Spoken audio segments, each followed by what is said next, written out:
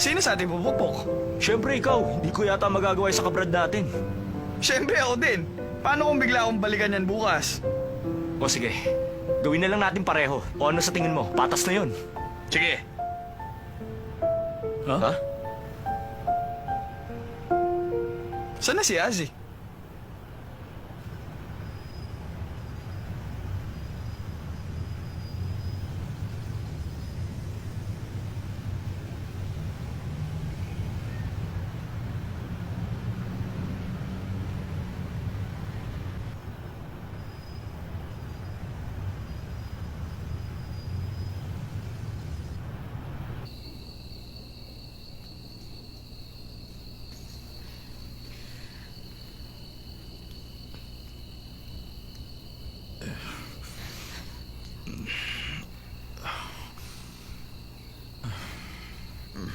Dao Mingsu, okay ka lang ba? Bakit ka ba naglasing? Pwede ba iwan mo ako? Pero kasi Dao Mingsu, Sabi mo sa akin. Bakit mo ako niloko? Alam mo ba, napakalupit mo. Sa iglap lang, naggawa mo ko saktan. Kung gusto mo lang pababain ng pride ko, pues panalo ka. Bakit nagawa mo hilingin sa akin? Napagtiwalaan ka. Ano ba gusto mong gawin ko?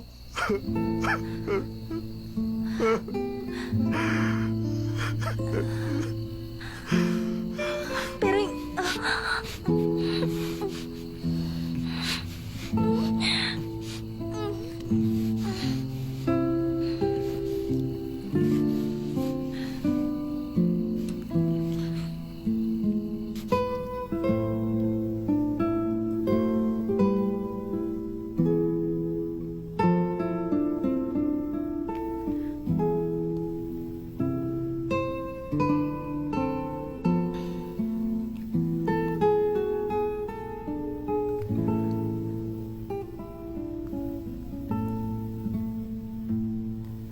Pakiramdam ko ako ang pinakamaligayang babae dahil kasama kita. Matagal ko nang pinapangarap ito. At ngayon, nangyari na. Hindi mo lang alam, matagal na kitang gusto. Ipinagdarasal ko na sana tumigil na ngayon ang oras. Dahil kapag nagising ka na, ibig sabihin tapos na ang lahat. At muli ko na namang itatago ang nararamdaman ko para sa'yo.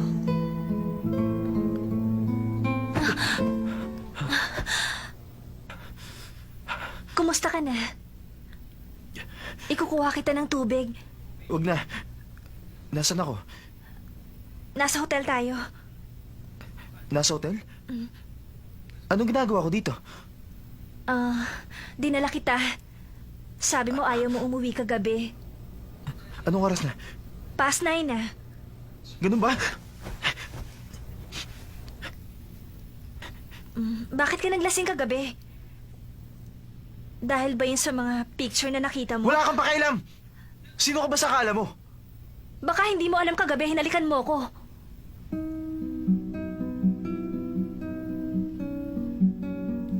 Oo ngayon. Alam ko na. Hinalikan mo lang ako. Dahil sa sobrang kalasingan, inakala mo si Shansay ako.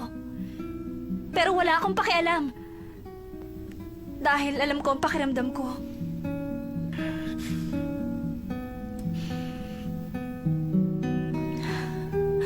Ang tanga ko talaga. Ang baba na tingin ko sa sarili ko. Pero hindi kita masisisi. Dahil ang alam ko, pag mahal mo ang isang tao, puro mabuti ang tinitingnan mo at hindi mo alam kung anong pangit sa kanya. Tanggap mo ang lahat. Wala ka namang ibang pinagtutuunan ng pansin. Kundi siya lang. Wala kang pakialam sa nararamdaman ng iba. Dawisa! Wala kang pakialam sa iniisip nila! Hanggat naniniwala ka sa akin! Isa itong malaking pagkakamali, hindi totoong binibintang nila! Maniwala ka sana! Alam kong wala makakaagaw sa pagmamahal mo sa kanya.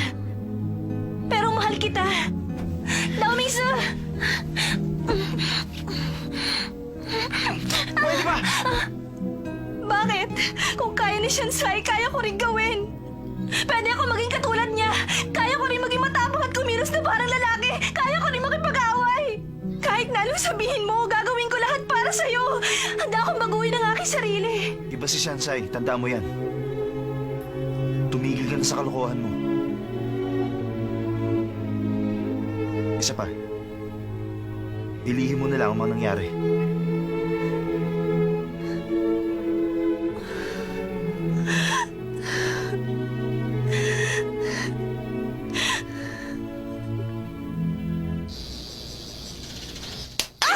Wow, nagagawa pa sumunto ka! Saan kaya nang gagaling ang lakas Hindi niyo mo? ako mapapatumba! Kayo mayayabang walang kwenta! Alam niyo ba, mas may silbi ba ang lamok kesa sa inyong lahat? Ano sabi mo?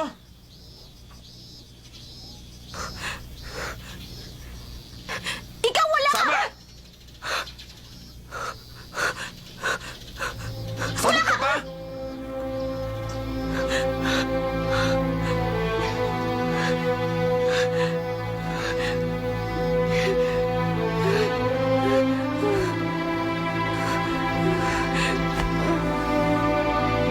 Sensei! Hoy, Sensei! Wala ka pala. Dami-san. Pero niloko ka niya! Ah!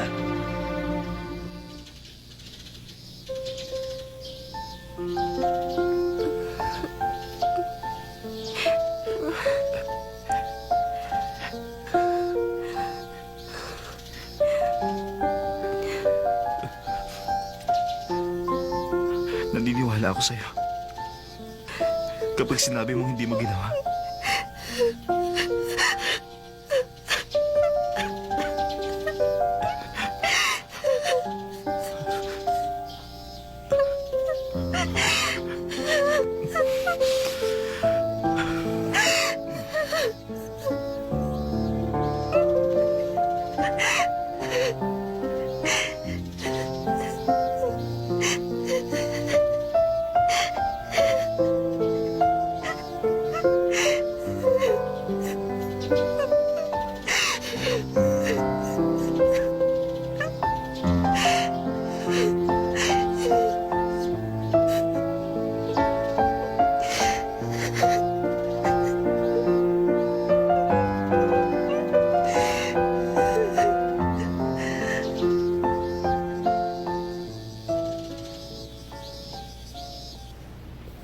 Sige na. Pwede mo na akong ibaba. Ano ka ba? Nakakahiya. Ibaba mo na ako. Kaya ko na maglakad mag-isa. Ibaba mo na ako. Marami na akong hirap. Di na kita pwede pakawalan pa. Sumakay ka na. Saan tayo pupunta? Di sa bahay. Kaninong bahay? Di sa bahay ko. Saan pa? Ba't di mo ko ihatid sa amin? Haharap ka ng ganyan na itsura mo? Hindi ako sasama. Sige na, sumunod ka na lang. Ayoko Sumakay ka na sinabi. dyan. Sige na.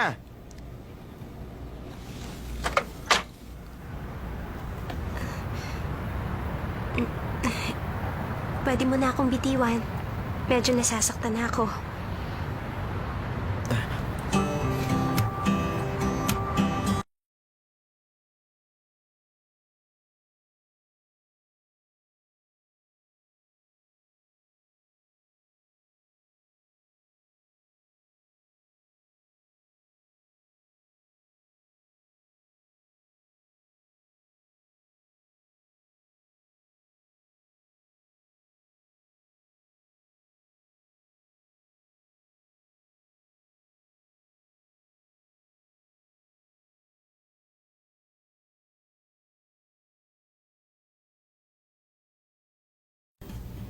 Ma'am, ihahanda ko lang po ang inyong pampaligo. Salamat.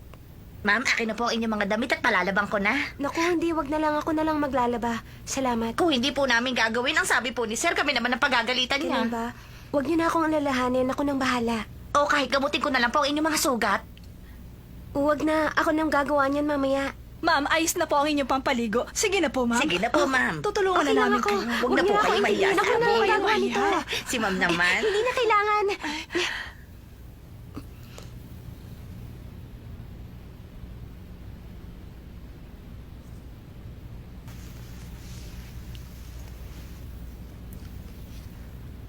Ang laki naman nito.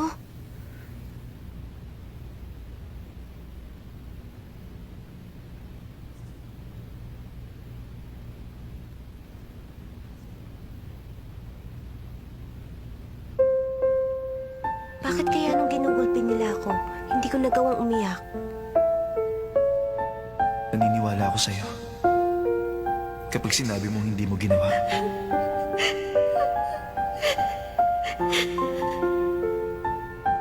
Pero hindi ko napigilang umiyak nung niyakap na niya ako ng mahigpit. Bakit niya ako niligtas sa mga yon? Pero ng mga sandaling yon, pakiramdam ko, ligtas ako at walang sino man ang maaaring manakit sa akin. Marami na akong hirap at di na kita pwede pakawalan pa. Ano bang ibig niyan sabihin? Naguguluhan ako ngayon?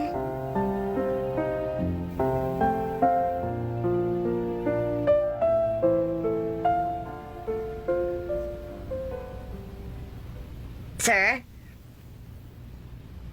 Iwan mo na kami. Opo.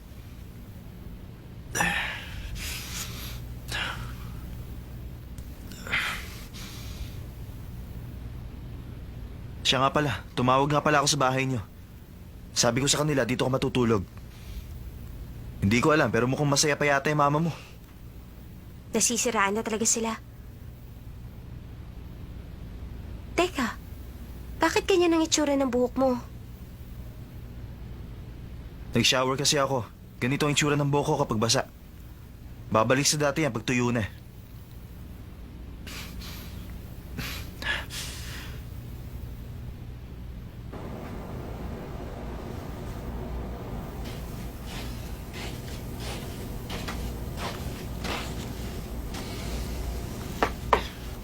Dito ka.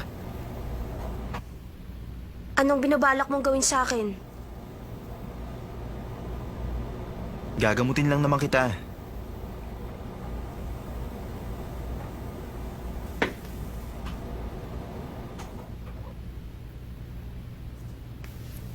Aray ko naman!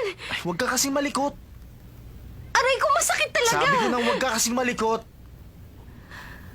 Aray ko, dahan-dahan naman. Paano kung magkapeklat yan? Wala akong pakialam.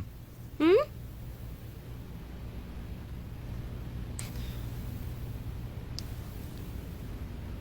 Sorry Nasaktan ka na dahil sa akin. Sorry talaga. Talaga bang hindi ka natulog kasama ng kanong yun? Pwede ba wag mo kong pag-isipan ng masama? Kasi Hindi ako ang klase ng babaeng iniisip mo, kaya pwede ba tumigil ka na? Hmm? Huwag mo sabihing nagsiselos ka. Oo, tama ka. Nagsiselos nga ako. Kaya ko siyang burahin sa mundo. Puwisit na yun.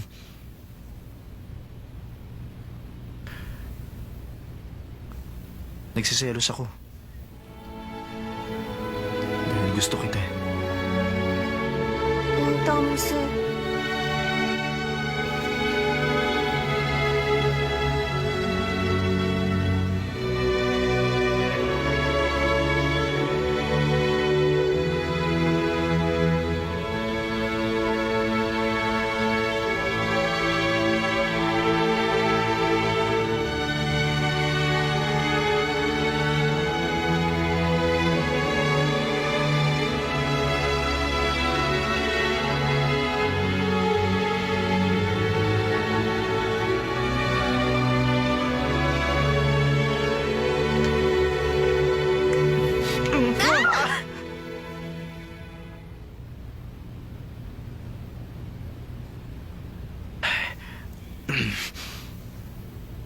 Oh, ba't namula yung mukha mo? Hindi pwede sa akin to. Bakit ikaw din naman ah? Simple lang nga ng kamatis sa mukha mo. Ano? Sige na, matutulog na ako. Ikaw din, matulog ka na rin. Shansai? Seryoso ako. Pag-isipan mo.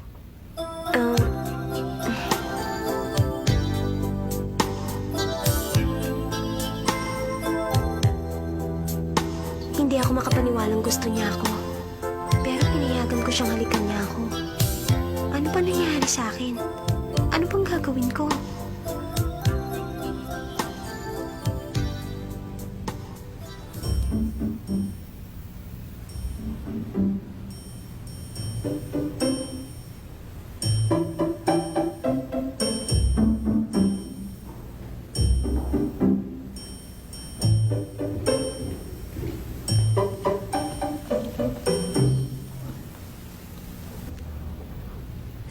kwarto ko.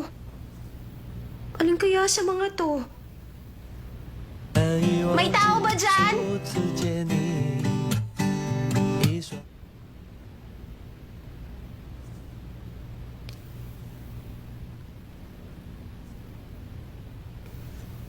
Miss Anchay, maupo na kayo. Ang breakfast ninyo.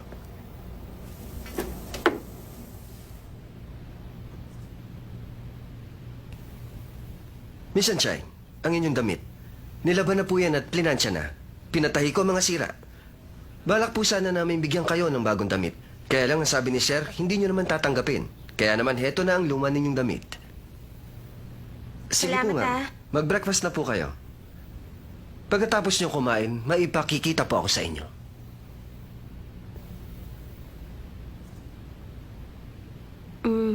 Talaga bang kailangan nandiyan ka? Oh, Miss Anchay, dapat po ninyong malaman na yan ang kaugalian dito sa bahay. Ah,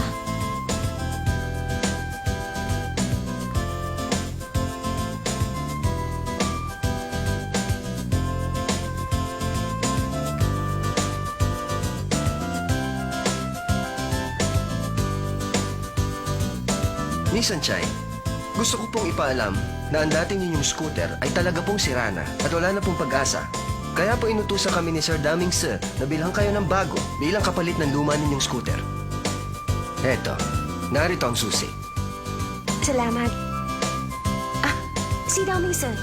Gusto ko magpasalamat sa kanya. Nako, pasensya ka na. Kanina pa siya umalis. Bakit maaga siyang umalis? Bago kasi siya umalis kanina, meron akong narinig. Ang sabi niya, meron akong paghihigantihan. Ano? Sinabi niya yon?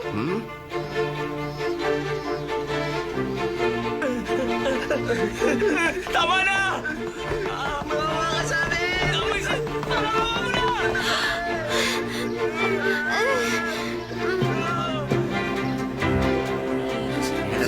Teka, nakita niyo si Daming Sir?